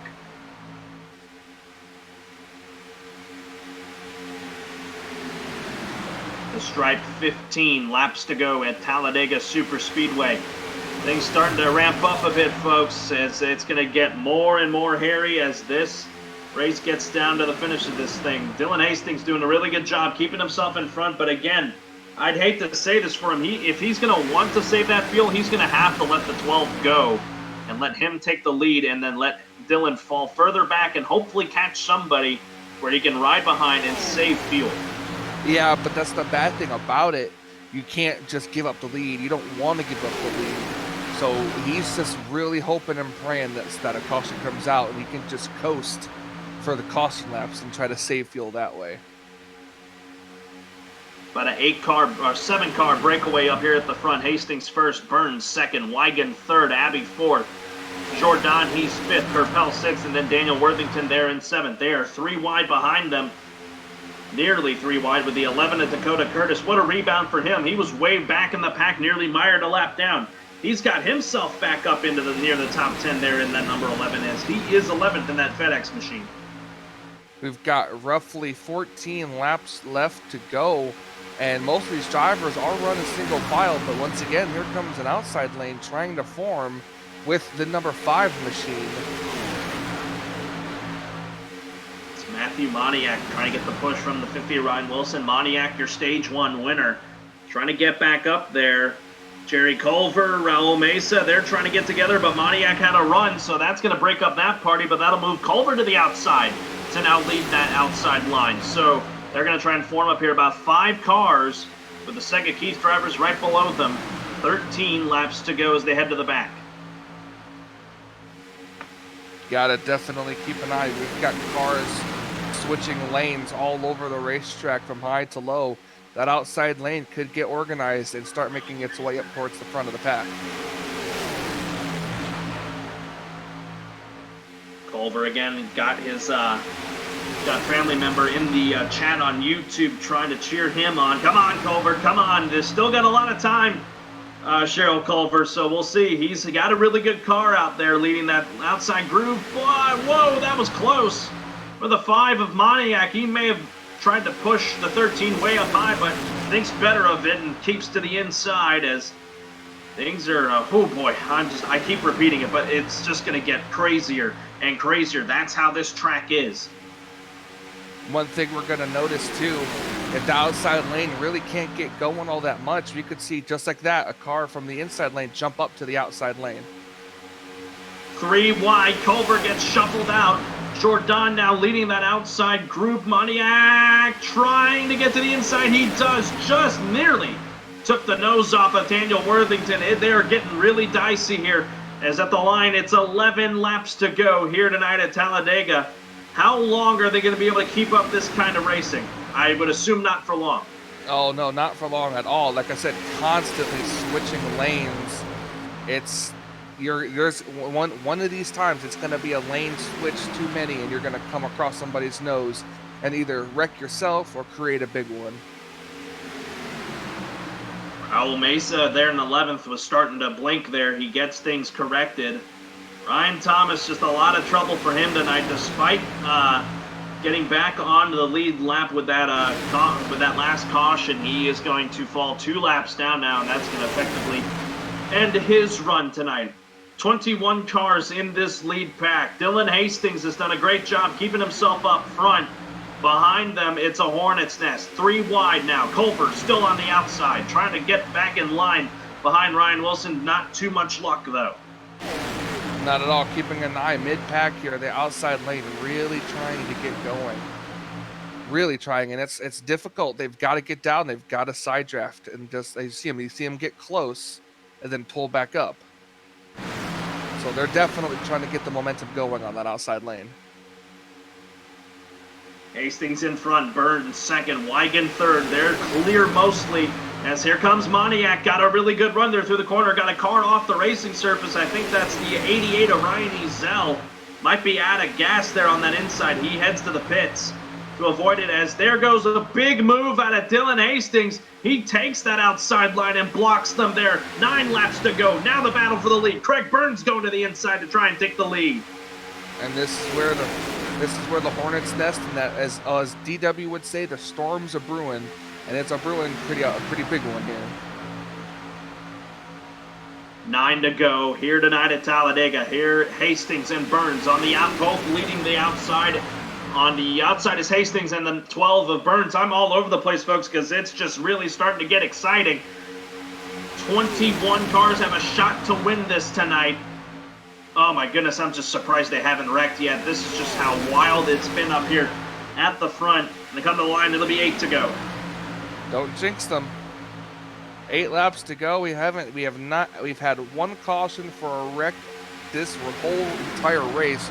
2 cautions in total, and now it's starting to get to the exciting part. Whoa, couple cars getting out of shape there as they're 3 wide up near the top. That's the 21 of Jordan and the 91 of James Kunkel, trying to get that third line going, but they're the only ones up there, so it's only a matter of time before they have to slide back in line. Right around the Sega Keith guys, in-race reporter Warren Keith right there in the middle, towards the middle of this group. And that's not exactly a place to be. In the middle lane, you're in prime position for a wreck.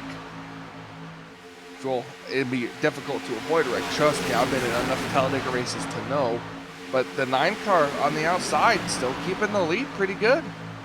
Well, don't look now. That 21 and the 91 have gotten a really good run on the outside. Culver trying to stick his nose in there. Nearly got up into the 91. 3 wide, a couple rows deep. The 9 back in front. Moniak second. There, contact! Burns off the racing surface, but he's trying to save it. He backs it down, and he's going to whoa it up, and that was nearly a wreck in front of the pack, but he saves it, but that's going to cost him. I may not sound like it, but my heart just stopped right there.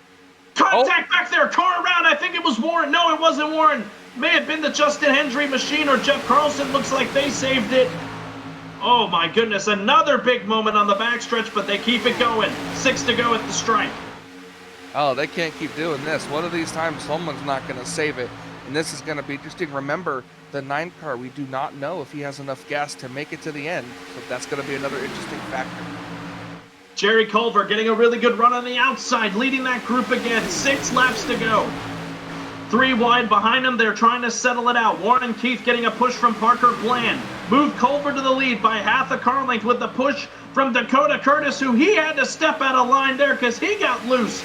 Almost made contact with the 91 down the backstretch. Oh, there go the spinner! leaders. There goes Culver off the nose of Dylan Hastings. That's an unfortunate side effect of... No! Hastings around. That's going to be a caution. Justin Hendry involved. That, ladies and gentlemen, is an unfortunate side effect of blocking. Big time Oh my goodness. And the 5 car had the race lead at the time of caution. Oh my goodness, a tough break for Culver. But he really, you said it best, Michael, through the block. And you fool me once, shame on me. Fool me twice, or fool me once, shame on you. Fool me twice, shame on me. And that was a fool me twice kind of situation there for Jerry Culver. Oh my goodness. Go back and take a look at what happened exactly with the 13 and the 9 of Dylan Hastings.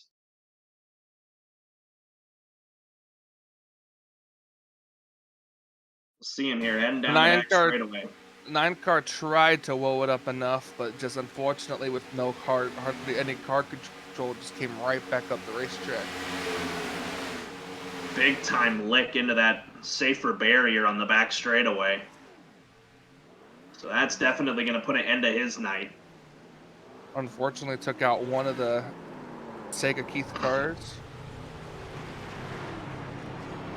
Yeah, because further up, we'll take a second look at it. Justin Hendry and Dylan Hastings got together further up when Hastings tried to bring it back up on the racing surface. See him here, spins the 13 there. There's the hard contact, and then watch the 9 here. Try to bring it back up right in front of the 28 of Justin Hendry. Nowhere the 28 could have went on that one. I'm not too entirely sure how many pace laps you get, but this could potentially be either an in-regulation green-white checkered or our first attempt of 2 at a green-white checkered. Well, we're hit the line there. That's 4 to go. Nobody came down in pit other than a few cars towards the back. Craig Burns, Sherry Culver, he's in the pits right now, finally getting it there. So, oh boy, this is going to get really dicey. I'm thinking this might be an overtime situation. Yeah, I'm not entirely sure how many laps of caution these drivers get. Well, if the pace car lights go out this next time by, that'll give us an in-regulation green-white checker, 2 laps to go. If we go around another time, then we'll have an overtime period. 2 attempts at it, at an overtime period. Folks, this has been an incredible race so far. It's only about to get more wild. Matthew Moniak, he is the race leader. James Kunkel is second. Dakota Curtis third. Ryan Wilson fourth. And then Garrett Brown rounds out your top 5. Then it's Raul Mesa right there in 6th. Cody Jordan 7th. Warren Keith 8th. Parker Bland, what a run for him. He's up to 9th. And then Wes Weigand, he rounds out the top 10. A lot of contenders still up fighting for this win. It's going to be a matter of who does it at the end of this thing. If we get the caution before the leader takes the white flag, we'll rack them up and we'll do it again. And that if we that's just pending if this is not a overtime situation. If it is an overtime situation, that'll be our first attempt. We'll try it one more time. Next flag will end the race on the second attempt. Absolutely. I have to wait and see if the lights on the pace car go off this time. They continue to wheel it down here. Let's talk to him one more time. We're at the nitty-gritty of this thing. He's in 8th place. Our in-race reporter, Warren Keith. Hey, Warren, this is Carlos in the FRN booth. You got a copy? Yeah, I got a copy. All right, man. Pending on what happens here with the pace car here, I believe we get the 1 to go this time. We'll have 2 laps to go in regulation. It would not be the overtime period. Let's see here. The stripe, They go out. So This is 2 laps to go, but you're in 8th place right now. You're 8th place, I believe, right now. You got Carlson now nowhere near you. Your teammates nowhere really around you. Hendry was involved in the wreck there, so you got. I'm at a loss of words, really. What's the plan, man, for to go and get to victory?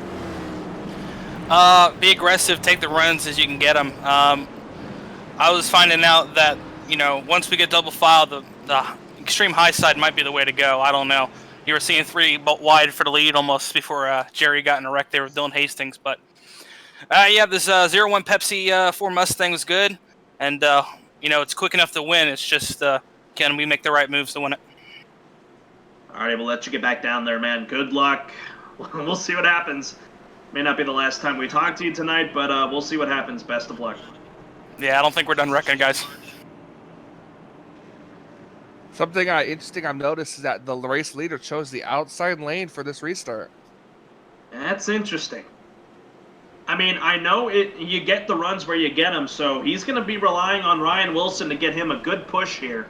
The 91's going to be relying on Dakota Curtis for the good push here. This is really anyone's race at this point. From first and Matthew Moniak cleared down to Kip Easley there in 25th. I know he's kind of off the pace, but you never know what's going to happen at a track like Talladega. Again, top 10, Matthew Moniak, James Kunkel, Dakota Curtis, Ryan Wilson, Garrett Brown, that's your top 5. Raul Mesa, Cody Jordan, Warren Keith, Parker Bland, and Wes Wigan.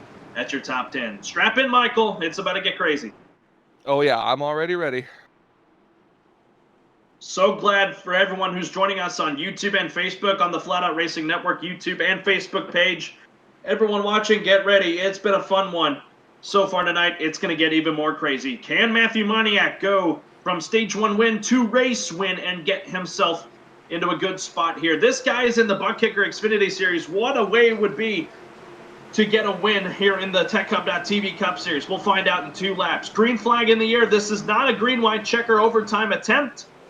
We're going to try and make it to the full schedule. Green flag back in the air. Kunkel did not get a good start. The 5 and the 50 are going to get away. I don't know if that's a good move, though, because they're just going to be sitting ducks on the backstretch. Not necessarily. If they can get a good run, one can block for the other. The 5 breaks away. That's not what he wanted to do. Here comes Raul Mesa on the outside line with the push from Warren Keith. They're going to wash up to him. Look at Raul Mesa. He's to the outside here. He'll take the lead away from the 5, and Warren Keith moves to the outside to try and get the run. Outside. Oh, boy. Probably wasn't the smartest decision to drop to the inside right off that, because here comes Warren Keith to the outside. Side by side, if they get to the white flag, they're going to try and race it to the end. Warren Keith moves and takes the lead away. Cody Jordan there in second. Keith to the inside. White flag in the air. 1 lap to go here tonight at Talladega. Now it's going to be which line's going to be able to hold the most steady. Jordan on the outside. Keith there on the inside with a push from Mesa. Who's got the run? They are, really dicey. Move the 21 way out there. Wes Wigan there in second. Parker Bland trying to pick a line to go to. He moves to the inside. They wreck behind them. Jordan spun out of the lead. Big wreck behind them. Racing back to the line. They're going to race it back. Wes Wigan, Parker Bland, Warren Keith, Steve Kerr, or who else? Who's going to get it? Here they come to the line. Parker Bland on the outside. Wigan on the inside. Contact. Parker Bland, he's going to come to the stripe. He wins here tonight at Talladega. Wow, that was incredible. Big wreck at the start-finish line for Warren Keith and Wes Wigan. But out of nowhere, Parker Bland picks up the victory here tonight. Well, that's Talladega for you. And I had a gut feeling. I'm gonna be honest, a big gut feeling whenever Bland got up into that top 10. He was gonna have something, and he started making some moves. And it was the lucky thing for him that he didn't get wrecked there right at the end, and that got him the victory. How about Joshua Abbey, second place tonight? Daniel Worthington, he's third. Wes Wigan, fourth. And then Dakota Curtis rounded out the top 5. Wow. Our in-race reporter finished in the sixth position on his roof. We're going to have to take a couple looks at this replay. Oh my goodness. What a finish to an incredible race. And I'm very impressed. They kept it clean all that last lap till they got to the backstretch when I knew that's when all HE double hockey sticks was going to break loose. Absolutely. And it just kept getting worse. You know, in this series, you race it back to the checkered. And it came down to it, and it was Parker Bland picking up the victory. What a run. As he burns it down for the no fans in attendance, but everyone watching on YouTube and Facebook, let's go back.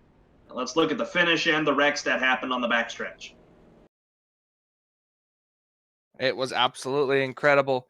Waited to the last lap, and all heck broke loose. And as you said, Parker Bland brings home the victory today. We're looking here on the backstretch. I saw the 37, Raul Mesa. He was the first one I saw get out of shape. Stage winner Matthew Moniak right behind him. I think he just gave him a bad bump.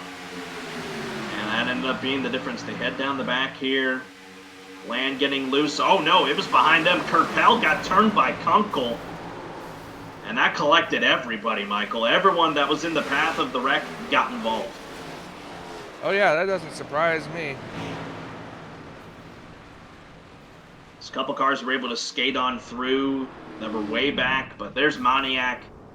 Justin Hendry involved in another incident. Austin Harger. Man, that's not a night that Moniak wants to remember. He's going to end up 24th out of all this, the Stage 1 winner. So he's really happy he got that Stage 1 win because the finish didn't pan out for him. But now let's look at the finish. For Parker Bland, Joshua Abbey. Side draft just gone wrong. They made contact. That's what sent the car sideways. But he saved it and came right back up in front of Warren. We're going to watch Warren here. Makes contact with Wes Wigan. 05 up there. Yeah, side draft gone wrong. And then boom, right back up into him. On his lid, Warren Keith. Got 6 because Dakota Curtis just blew right by him. And he's going to finish, I believe, on his wheels. Ooh, took a wild tumble, did Warren Keith. But yeah, let's take another look at that. Man, that was just an insane way to finish this race. And ended up panning well out for Parker Bland. In the trioval, Wes Wigan had the lead. But that move right there, that was the one that did him in. Oh, yeah. It was just, that's just a product of Talladega racing, Warren was trying to push the heck out of him. And he just went a little further up, got a little bit of the side draft, and they just collided, sent him sideways, and he just tried to save it. It's really, can't really blame him. It's just trying to get the best position you can. So Parker Bland is your race winner. There is your full finishing results this evening from Talladega. Again, Abbey, what a run for him. 2nd, Daniel Worthington 3rd. We're going to talk to them. The top 3 in just a moment. Wes Wigan 4th, Dakota Curtis there 5th, and then Warren Keith 6th. Garrett Brown 7th, Cole Maxwell 8th, Ryan Wilson 9th, and Daniel Holdcroft. That was your top 10. As we cycle through the rest of those results, let's talk to our 3rd place finisher in Daniel Worthington. Hey, Daniel, this is Carlos Zimmerman and Michael Norman in the FRN booth. You got a copy? Sure do. What else is there to say than, wow, what a finish. And with all that mayhem happening behind you and up there with you guys right there at the end, you were able to scrape out a 3rd place finish. Just run me through that whole race for you, because we saw you up at the front early, but didn't see much else after that. Yeah, you just got to stay out of trouble here. I mean, I'm new to, this NASCAR stuff, really, and, these guys are experienced, so just keep the nose out of trouble, Yeah, I just looked at your iRacing license. Wow, rookie class, and eking out a 3rd place finish here tonight at Talladega. So even bigger run for you tonight. I know you're new. I know you're new to the whole thing, but just tell me, how was the strategy? What was the strategy for you tonight going into a race like this? I mean, you really can't save tires much at tracks like this, but, just go with go with the flow. The leaders pit. You got to get gas, go with the leaders. I mean, just stay out of trouble. This is stay out of trouble. Michael, any thoughts for Daniel? It was a pretty hectic race out there. How were you actually able to stay out of all that trouble? Like I said, it's luck here at these super speedways, and you got to just keep an eye on the front. Try to keep an eye on the front of the pack and keep an eye on the front of the car that's in front of you. Absolutely. Yeah, no, exactly. I know you. I believe you raced down in the Xfinity series. I gotta ask you. Do we expect to see you in more Cup races going forward? Oh, certainly, man. I hope to be in the rest here on out. This is a blast. I have a lot of fun. Before I let you go, we have a little thing here at the Flatout Racing Network. We could let you do some shout outs if you got any. Yeah, I want to thank my team at Team DTJ. Josh Abbey. He's the one that's actually the leader of the team here. He got us into this, and want to give him a good shout out. It's fun. 41 Shocks. Want to give Tubbs at Milder Media Design did a killer wrap for this car. Prime Time Sports Talk. Want to thank them, and Tech Hub TV for this league, and you guys for broadcasting. All right, that was Daniel Worthington in the 33 car tonight. Excuse me, picking up not the victory, but probably a moral victory, if you will, getting up in third place tonight. Good run for you. We'll see you next time. Thank you. All right, we'll talk to the second place finisher tonight, Joshua Abbey. Hey, Josh, this is Carlos Zimmerman and Michael Norman in the FRN booth. You got a copy? Yes, sir. How y'all doing? Doing just fine, man. Whoa, we're still trying to catch our breath for a finish like that. You were up and down through the field, really. You were towards the back, and then you found yourself near the front at the end, and then just avoided all the wrecks. And we talked to Daniel, and he said it's definitely a luck-based kind of race. Just run me through your race today, as we didn't get to see much of you. Yeah, that's plate racing, honestly, for you. The one thing I learned about these tracks is you got to stay up front and let all the wrecks happen behind you, and that certainly kind of happened for us. There was a point where we were kind of up there, then mid-pack, let pit stops come back and through.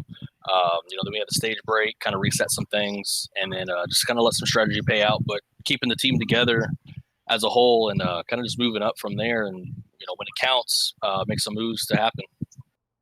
Yeah, no, it was a 2-3 finish for both you and Daniel, so definitely a good team win, to say the least. Let me just see this. Like I said, we didn't get to see much of you tonight out there on the racetrack. You were up and down through the field, like I mentioned. Just tell me, what was the strategy for you going into a race like this? Yeah, we kind of qualified up front, and then, like I said, the way the race went was we kind of got shuffled towards the back. And we kind of just kept a groove going. We didn't want to, make anything crazy happen just yet. Hit our marks. Pit strategy, when to take some tires, when not to take tires. Really just be clean. Race clean to where no mistakes happen within us and around us. And ultimately, like you saw, teammates, we got 2, 3, 4 finish tonight. So in the end, it kind of paid off. Michael, you got anything for him? I did, but you pretty much asked all my questions, so. Alrighty then. Let me just tell you. Let me ask you one more question. Yeah. What was going through your mind right there at coming to the start-finish line? You have 5 cars around you. A couple of them are your teammates. Were you going to try and go and take the win away from Bland, or you just did not have the run? And it was really tough because I was right behind him. Pushing Bland to the front, honestly, because if I can't get first, might as well take second. And my teammate was right there, and I was hoping he was going to get a good run. Seems like he got taken out. Kind of felt bad because before the trial, I noticed Dan was coming up high, and I didn't see him till last minute. And it kind of, honestly, if I would have went up a lane, we might have got the win ourselves. All a learning curve, but like I said, P2, I'll definitely take it. That's for sure. All right, and before I let you go and do some shout-outs, wanted to ask you, you're in I believe you're a butt kicker Xfinity driver. Do we expect to see you in more Cup races going forward? Oh yeah, we're making a move to the Cup.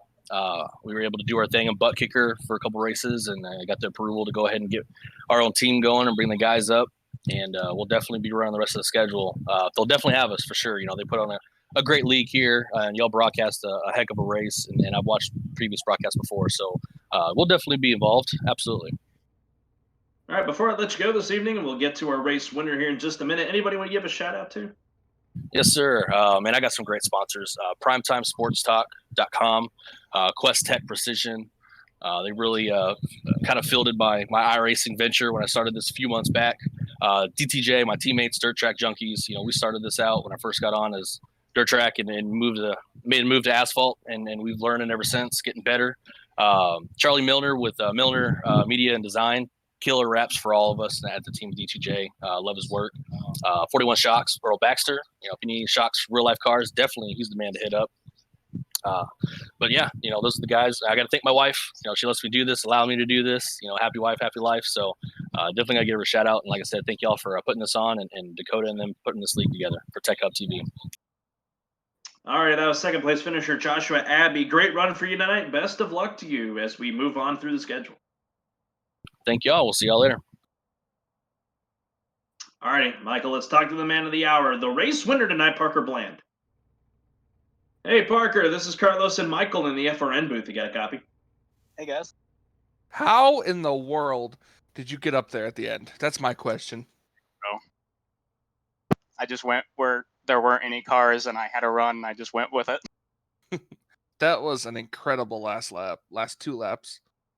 Yeah, no, because I wanted to.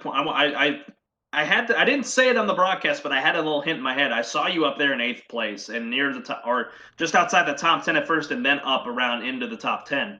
I was watching. And I was like, I feel like he's got something. He was giving me 2007 Jeff Gordon at Talladega vibes, because if you remember that race, he was 10th on that final restart, and he went on to win the race. And that's exactly what you did tonight with that win. Just give me your thoughts, man. This is kind of a, I'm not going to say an upset win, but a win we weren't really used to seeing, because a lot of the tough competition ended up wrecking out. Yeah, it was really interesting how he went caution free for that long. I just don't know how I pulled that off. Because I'm looking through this top 5.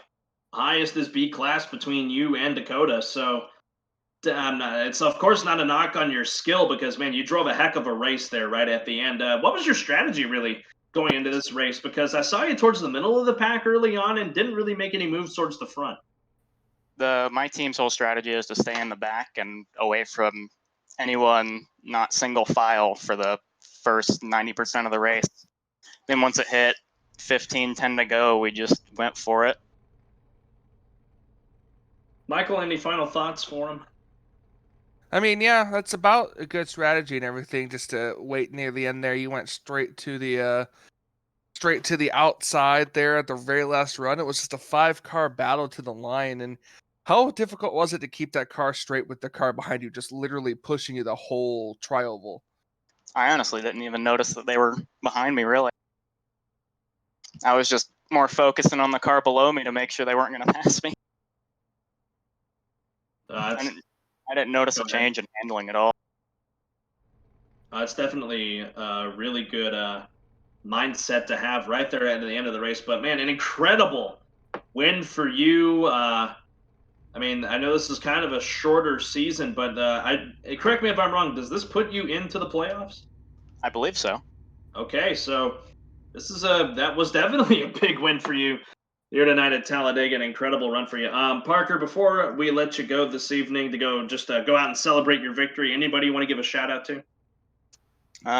Just the 05 for pushing me to the end, and my teammates for staying with me the whole race. Alrighty, man, that was Parker Bland, your race winner here tonight from Talladega Super Speedway. Best of luck to you as we head to the Brickyard, Indianapolis. We'll hope to see you in victory lane there. Yeah, hopefully. Thank you. Alrighty, I know this is uncharacteristic of here at FRN to just do 3 interviews. I want to do a 4th one. Let's touch back in with our in-race reporter, Warren Keith. Got the 6th place finish here tonight. Hey, Warren, I know we've talked quite a lot to you tonight, but sixth place for you tonight. Man, oh man, that was a wild finish. I'm sure it's not the finish you were hoping for, but a top 10 regardless. Yeah, I was pushing Raul like an absolute madman there on that restart, and we got to the lead on the backstretch. But, with this package, I can't really block both lanes, so I was kind of navigated down to the bottom, and I didn't get any pushes down the back straightaway to help it out. But, yeah, sixth place is good, ended up on our lid. But, not going down in the racetrack much. I think sixth place was a good finish. I'd have figured you would have stayed towards the outside right after you got the lead. You kind of pulled back down. I figured you would have stayed on the outside with the car that helped push you up there. But I know the inside lane's usually the way to go, but the outside lane always gets that run. Yeah, it was weird tonight. The outside line, you can go back and watch it on the broadcast if you want, but the outside line just tonight for some reason it would stall out just randomly. You can get out there and you can get a run, but by the time you got to about fourth or fifth in line, for some reason the whole outside line stalled out. So, I was expecting that to maybe happen because the inside line off the corners tonight were getting some kind of weird run for some weird reason. So Yeah. I was hopefully betting on that, but unfortunately on the back straightaway, I guess everyone decided to gang up on the outside, go by us. But yeah, I mean, I've noticed that too. When a lot of the drivers that were running the outside lane, they were kind of just driving straight. They didn't really kind of come down to try to get the side draft or nothing. They were just running in their straight line. And as I was saying during the broadcast, you have to get the side draft to get that lane moving forward. yeah, and that's something people weren't doing tonight. We were coming down to 10 laps to go, and that's why I was back there with the other teammates. I'm like, no one's side drafting. I don't know why, but it is what it is. But yeah, sixth place is good, and man, they head to Indianapolis next week with a good race underneath their belt compared to the first 2 weeks. Yeah, no, absolutely. It was kind of a rocky first 2 weeks. We got 27 cautions between the two races at the beginning tonight, just 3. So that was definitely a good turnaround. Warren, I believe you'll be back in the booth with us for Indianapolis. I will, yeah. Alrighty, so we'll be glad to have him back as well. That was sixth place finisher Warren Keith. We'll be glad to have you back in the booth. We'll see you back on the racetrack, though, later on throughout the year. Alrighty, guys. Good job tonight. All right, that's going to about wrap things up for us here tonight from Talladega. Michael, incredible race tonight. Final thoughts before we wrap things up and get ready to pack up for the Brickyard. Well, just as you said, it was an incredible race. It was incredibly fun. Just the action that was in it, the excitement, the keeping you on the edge of your seat, especially those last 10 laps or so, even before the green-white checkered. It was incredible. It was fun. I always love calling a super speedway race. So that's going to wrap things up for us. Again, Parker Bland, your race winner here tonight. Michael, pleasure to have you in the booth filling in for Warren tonight. He's back in the booth, as we mentioned, next week. But it's fun to have you up here for quite an exciting race at Talladega. No problem. I'm just glad to have made it home in time from my other job to be here to do this. Yeah, no, absolutely. We are back again for this series, the Kicking Asphalt Racing TechHub.TV Cup Series presented by Kicking Asphalt Racing. Was kind of redundant, but regardless, we're back next week, same time, same great channel. We're at the Brickyard, Indianapolis Motor Speedway. Myself and Warren Keith will be on the call for that one. Michael, you're back in the booth tomorrow night for Monday Night Racing. Give us some insight to what's going on tomorrow. Oh, absolutely. You're getting closer towards the end of the season. It's actually the last race that FRN is calling for Monday Night Racing, as the final 2 races of the playoffs will go to podium. But it's going to be action-packed, and it's going to be fun, and I can't wait to call that race. It's going to be Trucks at Darlington tomorrow night. Going to be a lot of fun. Seth Cole and Michael Norman, they're going to be on the call for that one. Hope you enjoyed that tomorrow night, September 14th. It should be around 6 or 7 o'clock tomorrow night Eastern Time. Again, that's going to wrap things up for us. Finally, here from Talladega, for Michael Norman, I'm Carlos Zimmerman. I'll see you next Sunday for the 4th race of this series, the TechUp.TV Cup Series. Big thank you to everyone here at FRN who brings everything into the light to bring this series. Matthew Rodriguez, Seth Cole, our great leaders here. It's been a lot of fun to bring it to you, and we hope you have enjoyed tonight's broadcast from Talladega Super Speedway. For Michael Norman, I'm Carlos Zimmerman. We'll see you next time. Good night from Talladega, Alabama.